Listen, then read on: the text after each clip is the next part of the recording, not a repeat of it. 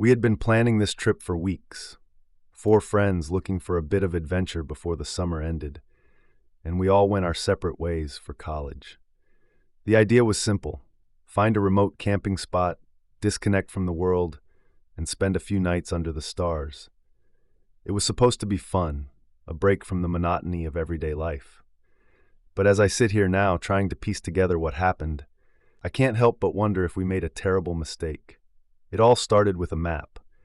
Ryan, our self-proclaimed outdoorsman, had found it online, a detailed map of a little-known forest deep in the mountains, far from any well-trodden trails. He was the one who convinced us to go. "It's supposed to be haunted," he said with a grin, holding up the map like a prize. "You guys up for a little ghost hunting?" I wasn't much of a believer in ghosts, and I'm pretty sure the others weren't either. But the idea of exploring a haunted forest had a certain appeal, especially since we were looking for something different, something exciting. We all laughed it off as a joke, teasing Ryan about his love for creepy stories, but in the end, we agreed. It would make for a great story, at the very least. The drive up to the forest was uneventful, the road winding through thick woods that seemed to grow denser the further we went. The sun was still high in the sky, casting dappled light through the canopy above, and the air was filled with the scent of pine and earth. It was peaceful, almost idyllic, and I remember thinking that the idea of the forest being haunted was ridiculous. We parked the car at the edge of the forest, where the road ended in a small clearing. From there, it was all on foot. We loaded up our packs, checked the map one last time, and started our hike into the woods. The trail was narrow, barely more than a footpath, winding its way through the trees. The deeper we went, the quieter it became, the sounds of the outside world fading away until all we could hear was the rustle of leaves and the crunch of our boots on the dirt. Ryan led the way, with me and Jess following close behind. Matt brought up the rear, his usual easygoing demeanor keeping us all in good spirits. We joked and laughed as we walked, a kind of banter that comes naturally among friends who've known each other forever. But as the sun began to dip lower in the sky, casting long shadows across the forest floor, the mood began to shift. It started with the feeling of being watched. I can't say exactly when it began, but at some point during the hike, I started to feel uneasy. It was subtle at first, just a vague sense that something wasn't right. I found myself glancing over my shoulder more often, my eyes scanning the trees for anything out of the ordinary. I didn't say anything at first, chalking it up to nerves or maybe just the eerie atmosphere of the place, but as we pressed on, that feeling grew stronger, more insistent. And then, as we rounded a bend in the trail, I saw it. Just ahead, in the fading light, there was a figure standing among the trees. It was barely visible, little more than a shadowy outline, but it was definitely there. My heart skipped a beat, and I stopped in my tracks, staring at the figure, trying to make sense of what I was seeing. "Did you guys see that?" I asked, my voice shaking slightly. The others stopped and turned to look, but by the time they did, the figure was gone. "See what?" Ryan asked, glancing around. "There was someone there," I said, pointing to the spot where I'd seen the figure. "Right there, in the trees." Matt laughed, but it was a nervous laugh, the kind you give when you're not entirely sure if something is a joke. "You're just seeing things," he said. "It's getting dark and your mind's playing tricks on you." I wanted to believe him, but I knew what I'd seen. There had been someone, or something, standing there, watching us. But the others brushed it off, and we continued on, though the feeling of unease lingered in the back of my mind. As the sun dipped below the horizon and the forest was plunged into darkness, I couldn't shake the feeling that we weren't alone. We made camp in a small clearing, a patch of open ground surrounded by towering trees. The last light of day had faded completely by the time we pitched our tents, and the forest around us was alive with the sounds of night, crickets chirping, the rustle of leaves in the breeze. Brian got a fire going, the flames crackling, and casting a warm glow that pushed back the darkness. We gathered around it, the tension from earlier slowly melting away as we settled into the familiar routine of setting up camp. Jess and Matt unpacked the food, and soon we were roasting marshmallows and telling stories, the way we always did on these trips. But even as we laughed and talked, I couldn't shake the feeling that something was wrong. The forest felt too quiet, the darkness too thick, pressing in on us from all sides. And every now and then, I thought I saw movement just beyond the reach of the firelight, a flicker of shadow, a brief glimpse of something in the trees. It wasn't until later, when we were sitting around the fire, that the first real sign of trouble appeared. We were deep into one of Brian's ghost stories. Something about a haunted cabin in the woods, the kind of tale that would have seemed silly in any other setting when we heard it. A whisper, faint, barely audible, but there. We all stopped talking at the same time, our heads turning in unison toward the sound. It seemed to come from the darkness beyond the fire, a soft, breathy voice that sent a shiver down my spine. "Did you hear that?" Jess asked, her voice barely above a whisper. We nodded, our eyes scanning the darkness. But we couldn't see anything. "It's probably just the wind," Brian said, though he didn't sound convinced. We tried to go back to our conversation, but the mood had shifted. The air felt heavy, charged with something we couldn't quite identify. The fire crackled and popped, the only sound in the oppressive silence that had settled over the camp. And then we heard it again. The whisper, closer this time, like someone was standing just beyond the circle of light, watching us. "Who's there?" Brian called out, his voice wavering slightly. There was no answer, just the soft rustling of leaves and the whisper of the wind. But I could feel it now, the presence of something in the darkness, something that was watching us. Matt stood up, grabbing a flashlight from his pack. "I'm going to check it out," he said, but there was a tremor in his voice that told me he was just as scared as the rest of us. "Don't go too far," Jess said, her eyes wide with fear. Matt nodded and flicked on the flashlight. He moved toward the edge of the clearing. We watched him go, the firelight casting long shadows across his face, making him look older, more serious than I'd ever seen him. He reached the edge of the clearing and shone the light into the trees, the beam bouncing off the trunks and branches and melting fear, illuminating nothing but darkness. But then the light caught something that made my blood run cold. A shadow with hollow eyes. It was there for only a second, but it was enough to send a wave of terror through me. "Matt!" I shouted, my voice shaking. He turned, the flashlight beam swinging wildly as he ran back to the fire. "Did you see that?" he asked, his face pale, his breath coming in short, panicked gasps. We all nodded, too scared to speak. The whisper came again, louder this time, almost like a hiss. It was close now, so close that I could feel the hair on the back of my neck stand on end. "Let's get inside the tents," Jess said, her voice trembling. We scrambled into our tents, zipping them up tight, the thin fabric the only barrier between us and whatever was out there. I lay there in the darkness, my heart pounding in my chest, my mind racing with what I'd seen. That shadow, it wasn't human, it couldn't be. But it had been there, staring at us from the darkness, watching us with those hollow eyes. And the whisper, it wasn't just the wind, it was something else. Something that didn't belong in this world. I didn't sleep that night. None of us did. The next morning, the forest seemed different. The sunlight filtered through the trees, casting dappled shadows on the ground, but the warmth that usually accompanied a new day was absent. The air was thick, oppressive, and the feeling of being watched lingered, even in the light of day. We didn't talk much as we broke camp, each of us lost in our own thoughts, replaying the events of the night before. Ryan tried to make light of it, joking about how we'd let a few spooky sounds get to us, but his laughter sounded hollow, forced.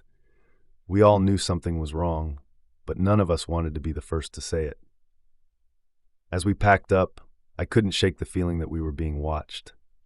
My eyes kept drifting to the edge of the clearing, to the spot where Matt had seen that face. The memory of it sent a shiver down my spine, and I found myself scanning the trees, looking for any sign of movement, but the forest was still, unnervingly so. "We should get out of here," Jess said quietly, breaking the silence.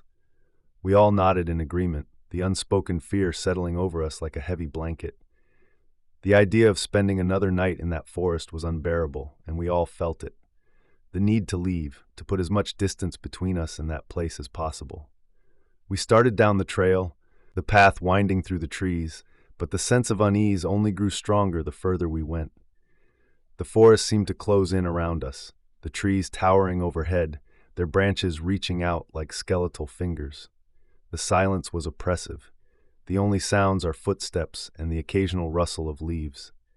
And then, as we rounded a bend in the trail, we saw it, a figure standing in the middle of the path, blocking our way. My heart lurched in my chest as I recognized it. The same face I'd seen the night before, pale and twisted, with hollow eyes that seemed to bore into my soul. The figure stood there, motionless, watching us. Ryan was the first to react. "Who are you?" he called out, his voice shaking. The figure didn't respond, didn't move. It just stood there staring at us with those empty eyes. And then slowly, it began to dissolve, fading into the air like smoke. I blinked, unable to believe what I was seeing. One moment it was there, and the next it was gone, leaving nothing but the empty path ahead. "What the hell was that?" Matt whispered, his voice trembling. None of us had an answer. We stood there for a long moment, staring at the spot where the figure had been, trying to make sense of what had just happened. There was no explanation, no rational way to process what we'd seen. Finally, Jess spoke up, her voice barely above a whisper. "We need to go, now."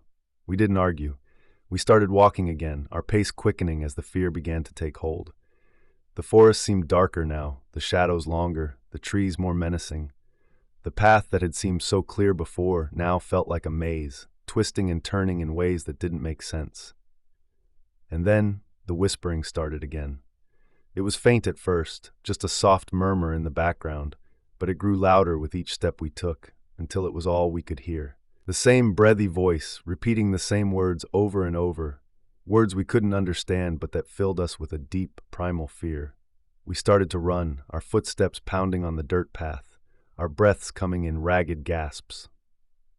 The whispering grew louder, more insistent, until it felt like it was right in our ears, biting us, suffocating us. I could see the fear in my friend's eyes, the same fear that was gnawing at my insides. We didn't know what was happening, didn't know what we were running from, but we knew we had to get away, had to escape this cursed forest before it was too late. And then, as we rounded another bend in the trail, we saw the car. It was parked just ahead, in the clearing where we'd left it, the sunlight glinting off the metal like a beacon of hope. We sprinted the last few yards, our hearts pounding with relief as we reached the car and threw our packs inside. But just as Ryan fumbled with the keys, something caught my eye. Standing at the edge of the clearing, just beyond the trees, was the figure. It was watching us, its hollow eyes fixed on me. I felt a cold wave of terror wash over me, and I yanked open the car door, diving inside as Ryan started the engine. The tires spun on the gravel, kicking up dust as we sped out of the clearing, the forest disappearing behind us.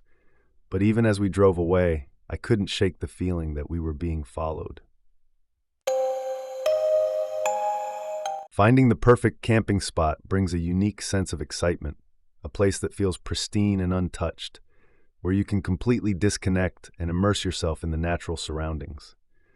That's what we were looking for when we set out on that trip. We wanted to escape the noise, the crowds, and the constant buzz of technology. We wanted solitude, peace, and the chance to reconnect with ourselves and each other. We found that spot, at least. We thought we did.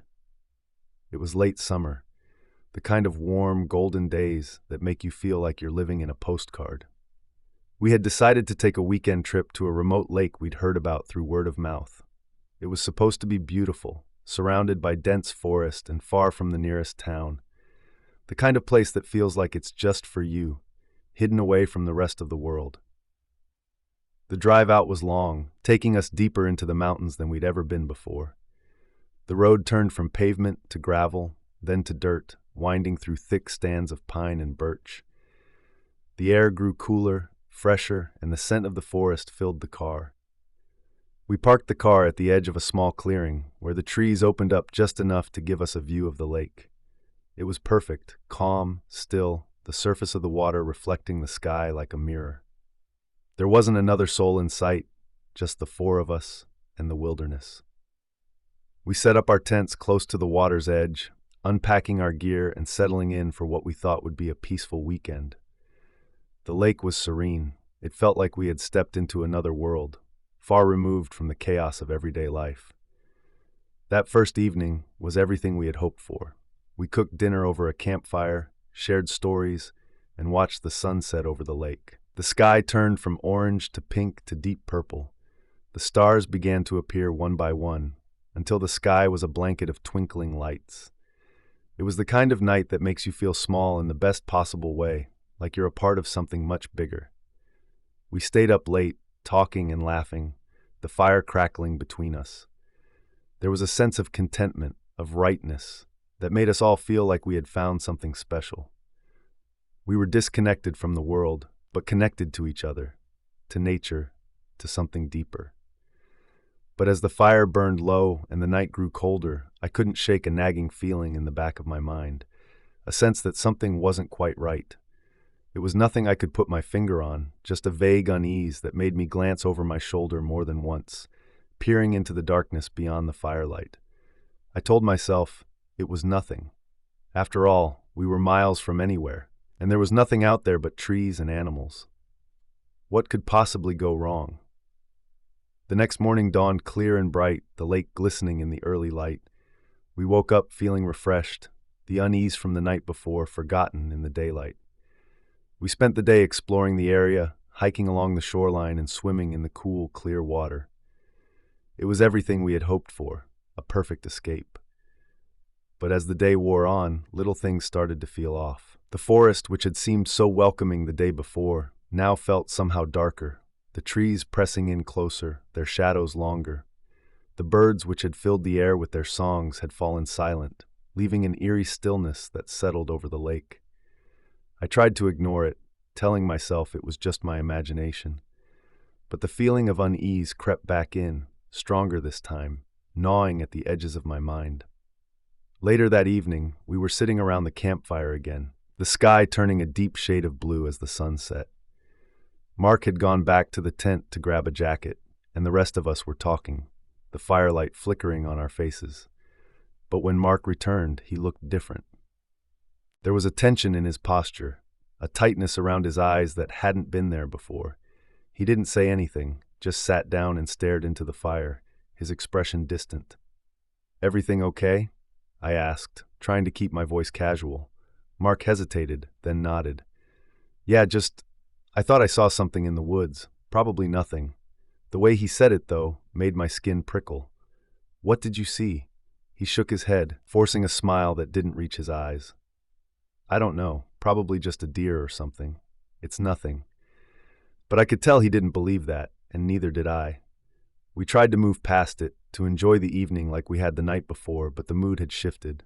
The conversation became stilted, forced, and every crack of a branch, every rustle of leaves made us jump. Finally, Emily suggested we turn in early. No one argued. We doused the fire and headed for the tents. But as I crawled into my sleeping bag, the unease gnawed at me, making it impossible to relax. The forest, which had been so silent earlier, was now alive with noise, branches creaking, leaves rustling, the distant hoot of an owl. But beneath it all, there was something else, something I couldn't quite place, a faint, almost imperceptible hum that seemed to vibrate through the air, making my skin crawl. I told myself it was nothing, just the natural sounds of the forest, amplified by my imagination. But as I drifted off to sleep, I couldn't shake the feeling that we weren't alone. I woke up in the middle of the night to a sound that didn't belong. It was a soft, rhythmic tapping, like someone was knocking on the outside of the tent. I sat up, my heart pounding, and listened. The tapping continued, steady and deliberate, coming from the side of the tent closest to the woods. "Sarah," I whispered, shaking her awake. "Do you hear that?" She stirred, groggy and confused. "Hear what?" The tapping stopped. For a moment there was only silence, the kind that makes your ears ring. Then, just as I was about to brush it off as a dream, it started again, this time louder, more insistent. Sarah sat up, her eyes wide with fear. "What is that?" "I don't know," I replied, my voice trembling, "but it's coming from outside." We sat there, frozen, listening to the sound. It was deliberate, like someone or something was trying to get our attention. My mind raced with possibilities, none of them good. I reached for the flashlight, my hands shaking, and flicked it on, the beam illuminating the inside of the tent. "Should we look?" Sarah asked, her voice barely above a whisper. I hesitated, every instinct screaming at me to stay put, to ignore it. But the curiosity, the need to know what was out there, was too strong. "Stay here," I whispered, my voice firmer than I felt. "I'll check it out." Before she could protest, I unzipped the tent just enough to poke my head out. The night was dark, but the moonlight provided just enough light to see. I turned the flashlight toward the source of the sound, my heart in my throat. But there was nothing there, just the empty woods, silent and still. I stepped out of the tent, the cold air biting at my skin, and shone the light around the campsite. Everything was as we'd left it, the fire pit, the chairs, the other tent where Mark and Emily were sleeping. Except as I moved closer to their tent, I noticed something strange. The flap of their tent was open, the zipper undone, flapping slightly in the breeze. "Mark? Emily?" I called out, my voice shaking. There was no answer. I moved closer, shining the flashlight into their tent, my stomach twisting with dread, but it was empty. Their sleeping bags were there, the blankets still rumpled, as if they'd just gotten up, but there was no sign of them. I felt a cold wave of fear wash over me. "Sarah, get out here," I called, louder this time. She scrambled out of the tent, her face pale with fear. "What is it?" "They're gone," I said, my voice hollow. "Mark and Emily, they're gone." We searched the campsite, calling their names, our voices echoing through the trees, but there was no sign of them, nothing to indicate where they'd gone.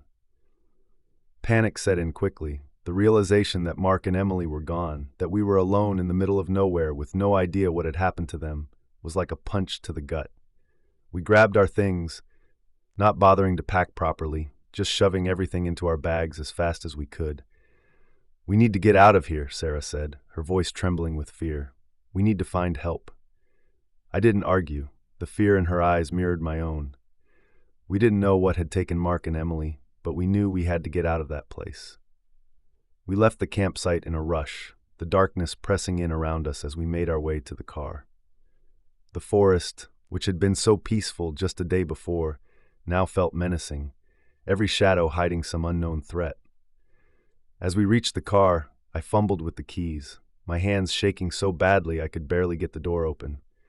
We threw our bags into the back seat and climbed in, the cold air a welcome relief from the suffocating fear that had gripped us. But as I turned the key in the ignition, nothing happened. The car didn't start. I tried again, but the engine refused to turn over. Panic surged through me, my mind racing with worst-case scenarios. The car had been fine when we'd arrived. There was no reason it shouldn't start now. Come on," I muttered, turning the key over and over, but the car remained stubbornly silent. "Now what?" Sarah asked, her voice on the verge of tears. I didn't have an answer. We were miles from the nearest town, with no cell service and no way to call for help. The thought of going back to the campsite, of spending another night in those woods, was unbearable. "We have to walk," I said finally, the words heavy in the air. "We have to find help." Sarah nodded, her face pale, but she didn't argue. We grabbed our bags, the essentials only, and started down the dirt road, the darkness pressing in on us from all sides. The night was silent, the only sound our footsteps crunching on the gravel. But every now and then I thought I heard something, a faint rustling in the trees, a soft whisper on the wind. I kept glancing over my shoulder, my heart pounding with fear, but there was nothing there. We walked for hours, the road stretching out endlessly before us. The forest seemed to close in tighter with each step, the trees leaning over us like silent sentinels. I could feel the weight of the darkness pressing down on us, making it hard to breathe, to think. And then, just as I was beginning to lose hope, we saw it. A light, faint and distant, flickering through the trees. "Look," Sarah said, her voice filled with a mix of hope and fear. "Someone's out there." I wasn't sure if that was a good thing, but it was our only option. We hurried toward the light, our footsteps quickening as we closed the distance. At first, I was too scared to believe it was real, convinced that it was another trick like the lantern hanging in the middle of the road. But as we got closer, I realized it wasn't a lantern at all. It was coming from a small wooden cabin, the unmistakable glow of electric lights cutting through the dark forest. It was a ranger station. I grabbed Sarah's hand and we ran toward it, stumbling through the underbrush, our breath coming in ragged gasps. Relief flooded over me like a tidal wave. The closer we got, the more I let myself believe that we were finally safe, that we'd made it. When we reached the station, I banged on the door with everything I had left in me, my knuckles raw and my voice hoarse from shouting. A moment later, the door swung open and a park ranger stood there, looking at us with a mix of surprise and concern. He was an older man, grizzled and worn, but in that moment, he was the most welcome sight I'd ever seen. "What's going on? Are you folks all right?" he asked, his voice steady, but his eyes scanning us, taking in our panic. "We need help," I gasped. "Our friends? They're gone. We were camping by the lake and they just disappeared." The ranger's expression darkened, but he didn't ask any questions. He stepped aside and motioned for us to come in. Inside, the warmth of the station hit us, and I could feel the tension in my body start to release. Sarah collapsed into a chair, her face pale and tear-streaked, while I tried to catch my breath. The ranger offered us water and sat across from us, his expression grave. "Tell me everything," he said quietly. We recounted the events as best as we could, though it felt like trying to explain a nightmare that was still unfolding. The tapping on the tent, the disappearance of Mark and Emily. As I spoke, I watched the ranger's face, expecting disbelief. But instead, there was something else, something like recognition. When I finished, he stood up and grabbed his radio. "We're going to head back there," he said firmly. "I'll call a couple more rangers to join us. We'll find your friends." I wanted to believe him, but deep down I wasn't sure if there was anything left to find. It didn't take long for two more rangers to arrive, a man and a woman, both of them younger, but with the same steady, no-nonsense demeanor. They listened as the older ranger briefed them on the situation, their faces serious but not surprised. And we headed back into the woods, the rangers leading the way with their powerful flashlights cutting through the trees. I walked with Sarah close by my side, my heart thudding in my chest. The forest, which had seemed so alive with terror just hours before, was now eerily quiet, the trees looming like silent witnesses to everything that had happened. We reached the campsite in what felt like no time at all. Everything was exactly as we'd left it, the tent still standing, the remnants of the campfire cold and dead. But there was no sign of Mark or Emily, no footprints, no broken branches, no clues as to where they could have gone. The rangers spread out, searching the perimeter of the campsite, their lights sweeping over every inch of the ground. They called out Mark and Emily's names, their voices echoing through the trees, but there was no response, no movement. It was as if they had simply disappeared. The rangers didn't give up easily. They searched for hours, combing through the woods, checking every possible direction they could have gone, but there was nothing. No trace of them, not a single sign of them. As the night dragged on, the realization began to sink in. Mark and Emily were gone. The rangers eventually called off the search. There was nothing more they could do, they told us, but they would send in a larger team in the morning, with more equipment, more manpower. They would keep looking, but even then, I knew it was pointless. Whatever had taken Mark and Emily wasn't something that could be found with search teams or dogs. It wasn't something that made sense in the world we knew. We left the campsite that night with the rangers, driving back to the nearest town in silence. Sarah stared out the window, her face pale and drawn, while I tried to make sense of what had happened. But there was no explanation, no logic that could explain how two people could simply vanish without a trace. The next day, the rangers went back to the lake with a full team. They searched for days, scouring every inch of the area, but they never found anything. No bodies, no belongings, nothing to suggest where Mark and Emily had gone. The official reports said that they were presumed dead, likely victims of an accident in the wilderness. But I knew the truth. I knew that something had taken them, something beyond our understanding. I didn't know what it was, and I didn't want to know. All I knew was that it was still out there, lurking in the shadows of that forest, waiting for its next victims. I was looking forward to this camping trip, a chance to escape the noise of the city and spend some quality time together as a family.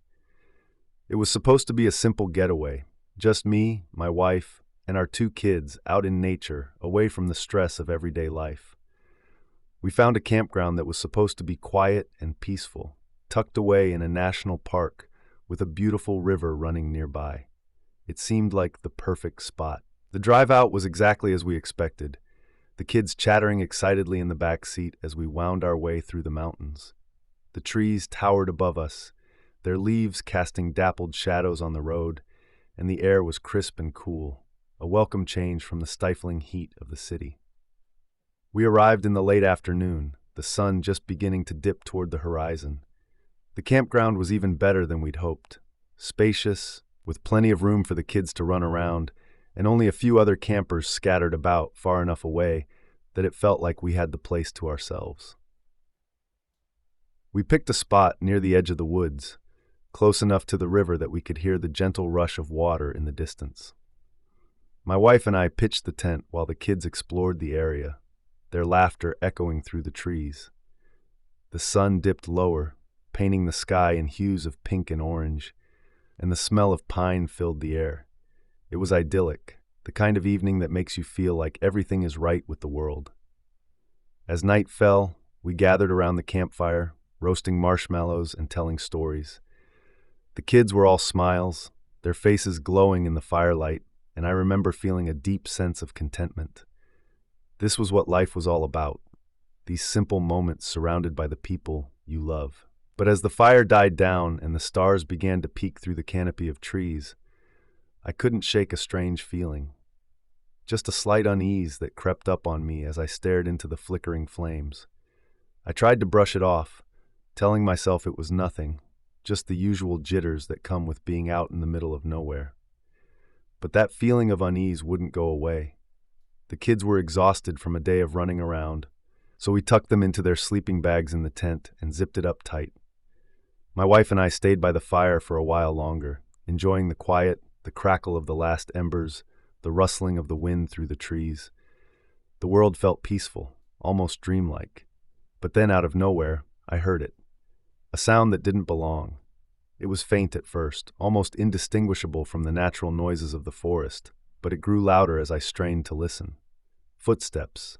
Slow, deliberate, crunching softly on the gravel path that wound through the campground. I glanced at my wife, but she seemed lost in thought, staring into the dying fire. I didn't want to alarm her, so I kept quiet, telling myself it was probably just another camper returning to their tent. But the footsteps didn't stop. They grew closer, heavier, as if whoever it was taking their time, moving with purpose. The hair on the back of my neck stood on end, and I found myself glancing over my shoulder, scanning the darkness beyond the firelight, but I couldn't see anything. Just the trees, the shadows, the faint outline of the tent where our kids were sleeping, and then the footsteps stopped. The silence that followed was thick, oppressive. My heart pounded in my chest, every instinct screaming that something was wrong. I felt exposed, vulnerable, sitting there in the dark, with only the remnants of the fire between us, and whoever, or whatever, was out there. I opened my mouth to say something, to suggest that we go into the tent, but before I could, I heard it again. This time it wasn't footsteps. It was the sound of fabric rustling, like someone was brushing against the side of the tent. I froze, my blood turning to ice. The tent was just a few feet away, the faint outline of it visible in the dim light, but the sound was unmistakable. Someone was outside our tent, moving around it, maybe even touching it. My wife must have sensed my tension, because she looked up at me, her eyes wide with concern. "What is it?" she whispered. I shook my head, not wanting to frighten her, but the fear in her eyes told me she already knew something was wrong. "I think there's someone out there," I whispered back, my voice barely audible. She didn't say anything, just nodded, her hand reaching for mine.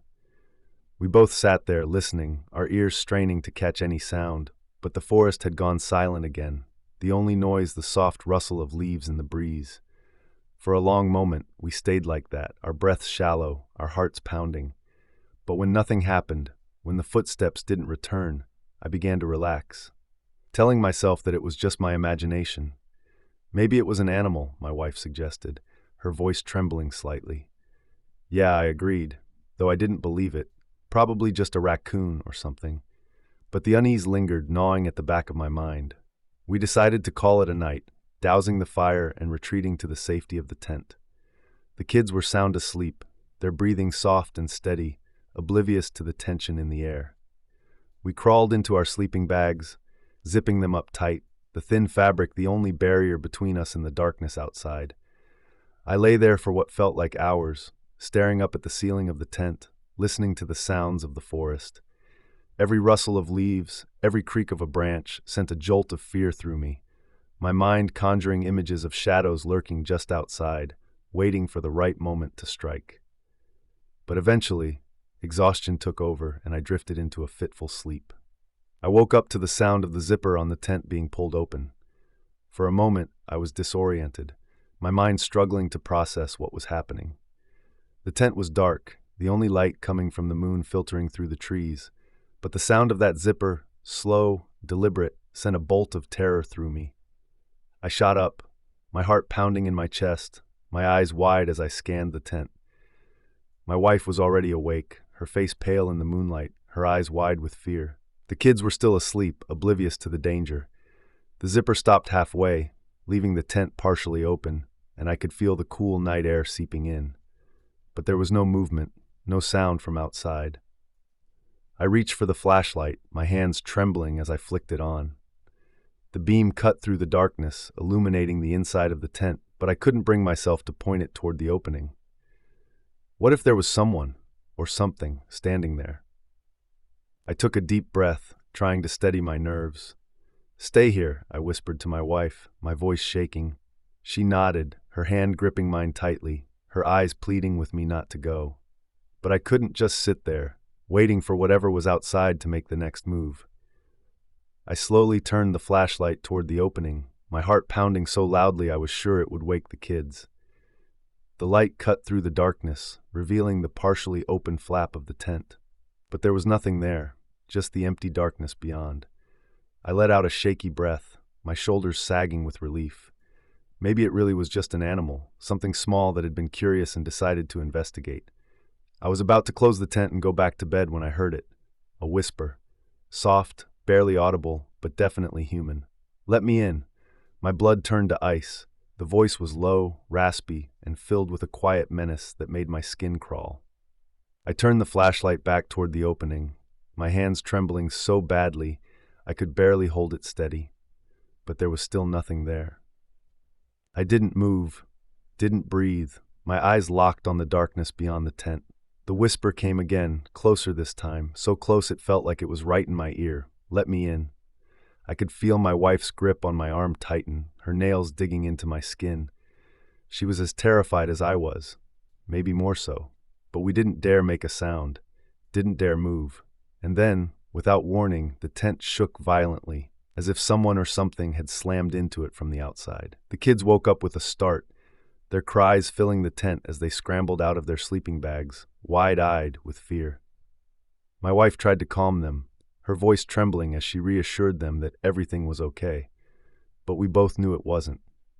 The tent shook again, the fabric straining against the force, and I could hear the sound of heavy breathing, low and guttural, just outside. "Stay here," I whispered again, my voice shaking as I grabbed the camping knife from my pack. "I'm going to see what it is." "No," my wife pleaded, her eyes wide with fear. "Don't go out there." But I didn't have a choice. I had to protect my family, had to find out what was threatening us. I took a deep breath, steeling myself for whatever was waiting outside, and slowly unzipped the tent the rest of the way. The cold night air hit me like a slap in the face, and I stepped out, the flashlight beam illuminating the campground. The forest was silent, the only sound the rapid pounding of my heart in my ears. I scanned the area, the light bouncing off the trees, the shadows twisting and turning in the beam, but there was nothing, no movement, no sign of anyone or anything that could have been responsible for the attack on the tent. And then, just as I was about to turn back, I heard it again. The whisper, coming from the trees. "Let me in." My heart raced as I pointed the flashlight toward the sound, but there was nothing there, just the dense underbrush, the tall pines, and the impenetrable darkness beyond. But I could feel it, the presence of something, lurking just out of sight, watching me. I backed away slowly, my hands shaking, and ducked back into the tent, zipping it up as quickly as I could. My wife and kids were huddled together, their faces pale with fear, and I could see the terror in their eyes. "We're leaving," I whispered, my voice firm. Now, we didn't waste any time. We packed up the tent and our gear as quickly as we could, our movements frantic and desperate. The kids were too scared to cry, their wide eyes fixed on us as we worked, their small bodies trembling with fear. The entire time, I could feel the presence of whatever had been outside, lingering in the darkness, watching us. But it didn't make another move, didn't make a sound, as if it was waiting for the right moment to strike. We finished packing, and I grabbed the keys to the car, my hands shaking so badly I could barely hold them. We piled into the car, my wife holding the kids close, her eyes scanning the darkness outside the windows. I started the engine, the headlights cutting through the night, and we sped out of the campground, the tires kicking up gravel as we went. The road wound through the trees, the forest closing in around us, but I didn't dare slow down. My heart pounded in my chest, my mind racing with what had just happened. The voice, the shaking tent, the sense of being watched, it all felt like a nightmare, something too terrifying to be real. But it was real. It had happened, and we had barely escaped. We drove for hours, not stopping until we were miles away from that place. We finally pulled into a rest stop, the kids falling asleep in the back seat, exhausted from the night's ordeal. My wife and I sat in the car, the silence between us heavy with the unspoken terror of what we had experienced. "What was it?" she finally asked, her voice barely above a whisper. I shook my head, unable to answer. I didn't know. I still don't. But I do know that something was out there, something that didn't belong, something that wanted to get inside. And I know that we were lucky to get away. I don't know what would have happened if I had let it in, and I hope I never find out.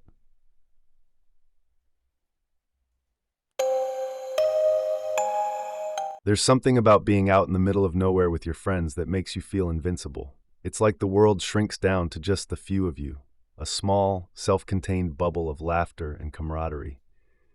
That's how we felt when we decided to go camping that weekend. Just 4 friends, a couple of tents, and the open wilderness. We had no idea that something, or rather someone, would shatter that bubble and leave us questioning everything we thought we knew about safety in the wild. The idea was simple. Drive out to a remote campground, set up camp, and spend a few days hiking, fishing, and forgetting about the stresses of everyday life. No phones, no internet, just us and nature. On the day of the trip, the sky was a perfect blue, the road winding through forests and past glistening lakes. We played music, sang along, and laughed at stupid jokes. Just the kind of carefree road trip you'd expect when you're with your closest friends. We reached the campsite in the late afternoon. It was more remote than we'd anticipated, tucked away in a valley.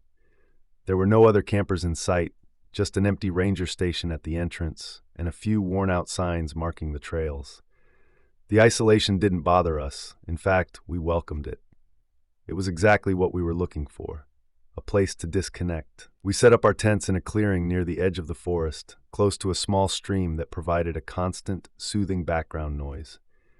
The sun was beginning to set, and the air was filled with the scent of pine and damp earth.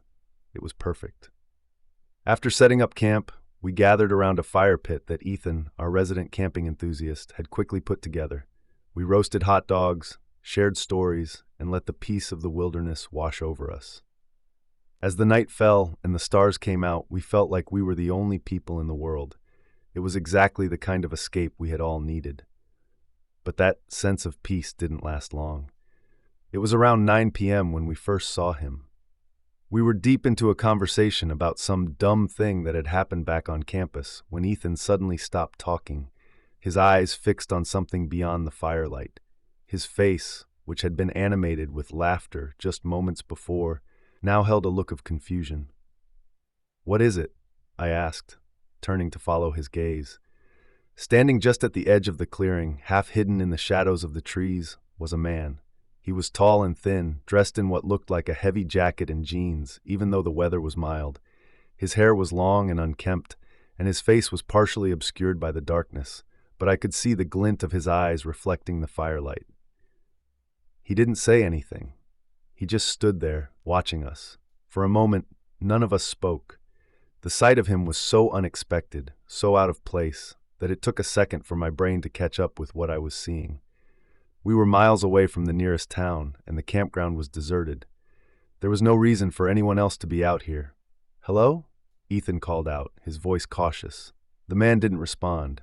He just stood there staring at us with an intensity that made my skin crawl.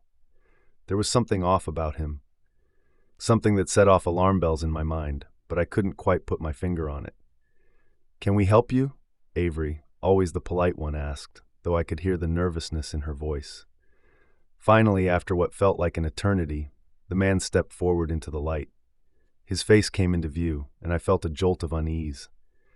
He looked older than I had first thought, his skin pale and drawn, with deep lines etched into his features. His eyes were hollow, almost lifeless, and his lips were curled into a faint, unsettling smile. "No need to worry," he said, his voice low and gravelly, "just passing through." Passing through? It didn't make any sense. There was nothing to pass through to. This place was remote, isolated, and there was no reason for anyone to be out here unless they had a specific destination in mind.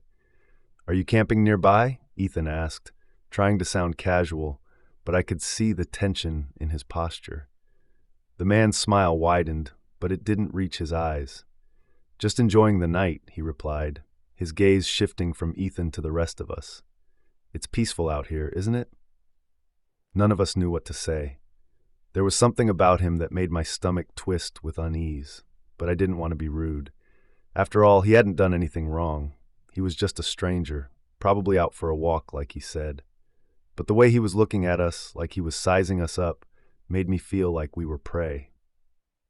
"Well, we're just having a quiet night ourselves," Ethan said, clearly trying to steer the conversation to a close. "We'll let you get back to your walk." The man nodded, that same unsettling smile still on his face. "Of course, you folks have a good night." With that, he turned and walked back into the woods, disappearing into the shadows as quickly as he had appeared. We watched him go, the firelight flickering on our faces, none of us speaking until we were sure he was gone. "That was weird," Thomas said, breaking the silence. "Weird? That was straight up creepy," Avery replied, her voice trembling slightly. "Maybe he's just a local," Ethan offered, though he didn't sound convinced. "Some people like to camp alone." "Maybe," I agreed, though I couldn't shake the feeling that something was very wrong. The mood had shifted. The sense of peace we'd felt earlier was gone, replaced by a lingering tension that none of us could ignore. We tried to go back to our conversation, to pretend that the encounter hadn't rattled us, but it was no use. The stranger's presence hung over us like a dark cloud, and every crack of a branch, every rustle of leaves in the wind, made us jump. Finally, we decided to call it a night.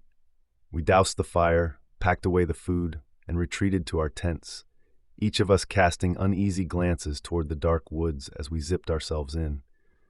I tried to tell myself that everything was fine, that the man was just some eccentric who liked to wander around the woods at night, but as I lay there in my sleeping bag, staring up at the fabric ceiling of the tent, I couldn't shake the image of his eyes, cold, hollow, and completely devoid of any warmth or humanity.